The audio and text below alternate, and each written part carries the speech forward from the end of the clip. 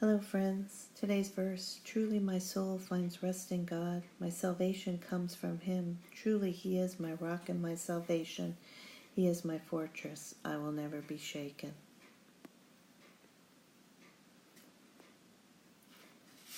Today we're going into John 11. Now a man named Lazarus was sick. He was from Bethany, the village of Mary and her sister Martha. This Mary, whose brother Lazarus now lay sick, was the same one who had poured perfume on the Lord and wiped his feet with her hair. So the sisters sent word to Jesus, "Lord, the one you love is sick." When he had heard this, Jesus said, "This sickness will not end in death. No, it is for God's glory, so that God's Son may be glorified through it." Now Jesus loved Martha and her sister and Lazarus. So when he had heard Lazarus was sick, he stayed where he was 2 more days. And then he said to his disciples, "Let us go back to Judea." "But Rabbi," they said, "a short while ago the Jews there tried to stone you, and yet you are going back?" Jesus answered, "Are there not 12 hours of daylight? Anyone who walks in the daytime will not stumble, for they see by this world's light. It is when a person walks at night that they stumble, for they have no light." After he had said this, he went on to tell them, "Our friend Lazarus has fallen asleep, but I am going there to wake him up." His disciples replied, "Lord, if he sleeps, he will get better." Jesus had been speaking of his death, but his disciples thought he meant natural sleep. So then he told them plainly, "Lazarus is dead, and for your sake I am glad I was not there, so that you may believe, but let us go to him." Then Thomas, also known as Didymus, said to the rest of the disciples, "Let us also go, that we may die with him." On his arrival, Jesus found Lazarus had already been in the tomb for 4 days. Now Bethany was less than 2 miles from Jerusalem, and many Jews had come to Martha and Mary to comfort them in the loss of their brother. When Martha heard that Jesus was coming, she went out to meet him, but Mary stayed home. "Lord," Martha said to Jesus, "if you had been here, my brother would not have died. But I know that even now God will give you whatever you ask." Jesus said to her, "Your brother will rise again." Martha answered, "I know he'll rise again in the resurrection at the last day."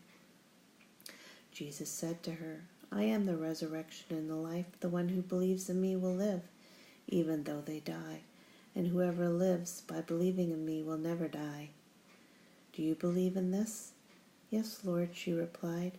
"I believe that you are the Messiah, the Son of God, who is to come into the world." After she said this, she went back and called her sister Mary aside. "The teacher is here," she said, "and is asking for you."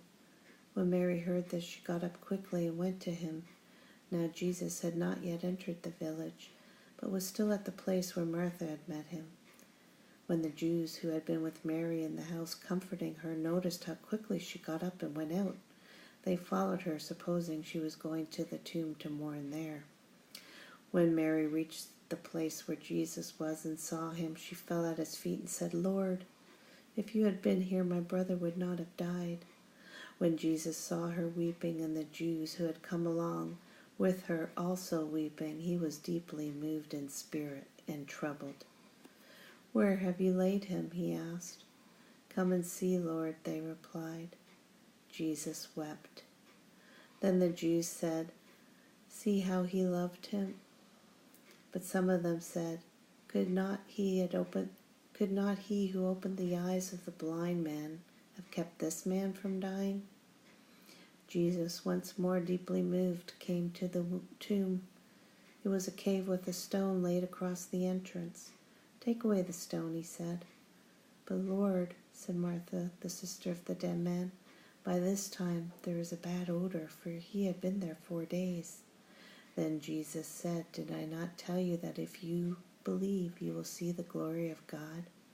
So they took away the stone, and then Jesus looked up and said, "Father, I thank you that you have heard me. I knew that you always hear me, but I say this for the benefit of the people standing here, that they may believe that you sent me." When he had said that, Jesus called out in a loud voice, "Lazarus, come out." The dead man came out, his hands and feet still wrapped with strips of linen and a cloth around his face. Jesus said to him, "Take off the grave clothes and let him go." Therefore many of the Jews who had come to visit Mary and had seen what Jesus did believed in him. But some of them went back to the Pharisees and told them what Jesus had done. Then the chief priests and the Pharisees called a meeting of the Sanhedrin. "What are we accomplishing?" they asked. "Here is this man performing many signs. If we let him go on like this, people will believe in him, and then the Romans will come and take away both our temple and our nation." Then one of them came, Siphias, who was a high priest that year, spoke up. "You know nothing at all. You do not realize that it is better for you that one man die for the people than the whole nation perish?"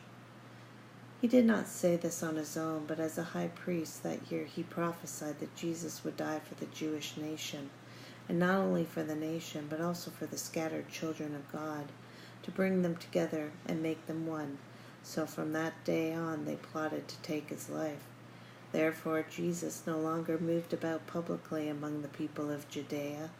Instead he withdrew to a region near the wilderness, to a village called Ephraim, where he stayed with his disciples. When it was almost time for the Jewish Passover, many went up from the country to Jerusalem for their ceremonial cleansing before the Passover. They kept looking for Jesus, and as they stood in the temple courts, they asked one another, "What do you think? Isn't he coming to the festival at all?" But the chief priests and the Pharisees had given orders that anyone who found out where Jesus was should report it, so that they may arrest him.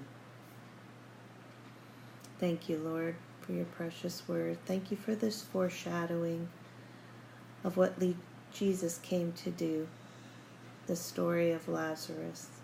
It breaks my heart that Jesus wept.